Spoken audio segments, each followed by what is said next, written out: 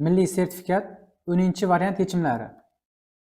Karbamid molekulasida azot, kislorod va uglerod atomlarining gibridlanish turini mos ravishda aniqlash kerak. Karbamidni formulasini yozib olamiz.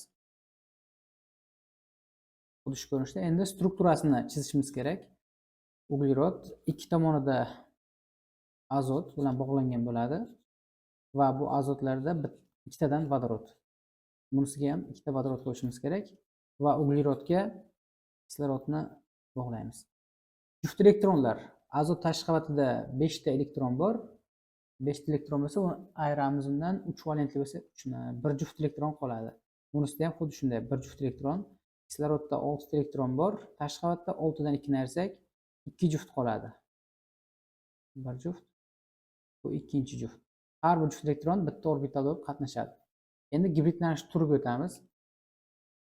Bittasini s orbital deb belgilasak, bunisi p, bunisiga p qo'ysak, bunisiga ham p bo'ladi.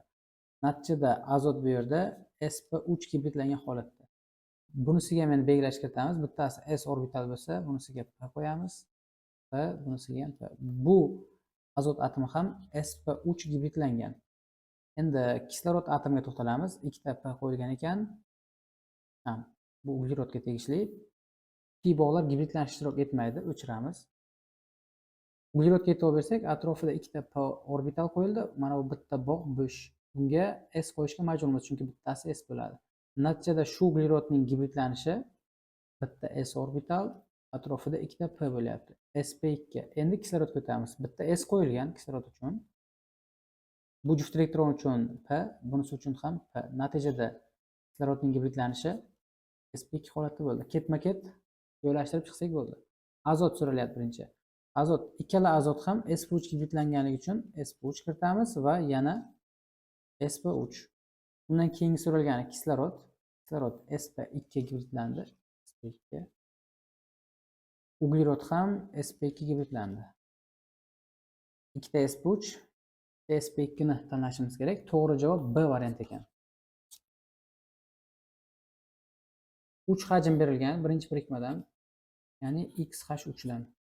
Keyingisidan bir hajm berilyapti, YH4. Havoga nisbatan zichlik berilyapti. Bu gazlarning o'rtacha molekulyar massasini hisoblasak bo'ladi degani. O'rtacha molekulyar massa hisoblash uchun havoning molekulyar massasini ko'paytiramiz o'sha zichlikka. Ko'paytirsak 10^5 bo'ladi. Aralashmaning umumiy massasini umumiy moliga bo'lganimizda 10^5 bo'lishi kerak. Umumiy massasini hisoblaymiz endi. 3x plus 3 kara 3 9. 1 kara y, y 1 kara 4, 4 ga teng. Aralashmaning umumiy moli 3 ga 1 ni qo'shsak 4 mol. O'rtacha molekulyar massa 14,5. Birinchi tenglama, keyingi tenglama. Gazlar 2 bir nisbatda aralashtirsa degan.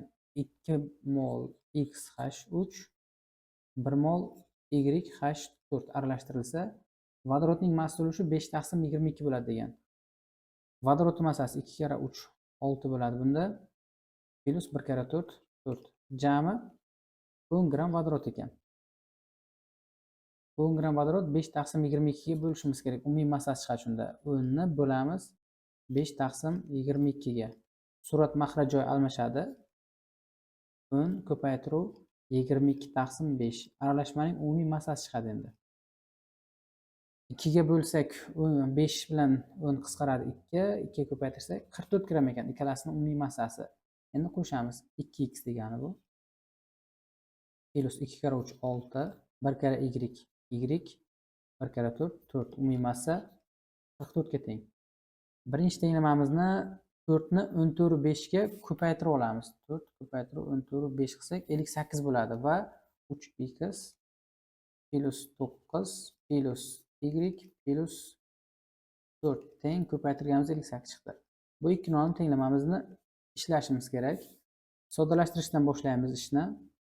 Yana mana shu yerdan 2x plus y ikkalasini qo'shsak 6 ga 4 10 bo'ladi. Ayirishib o'tsa 44 dan 10 ni ayirsak 34. Keyingisini soddalashtiramiz. 3x plus y teng ikkalasini qo'shsak 13. 58 dan ayirib o'ramiz 13 ni 45.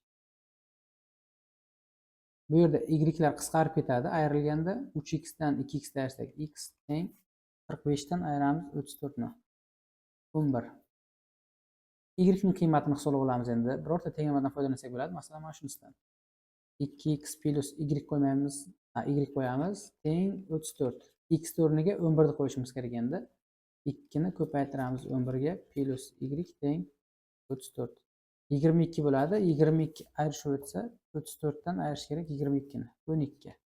11 va 12 chiqdi. Nisbiyati massasi 11 bo'lgani bu bor. 12 bo'lgani esa uglerod. Bor va uglerod variantini tanlash kerak. To'g'ri javob D varianti.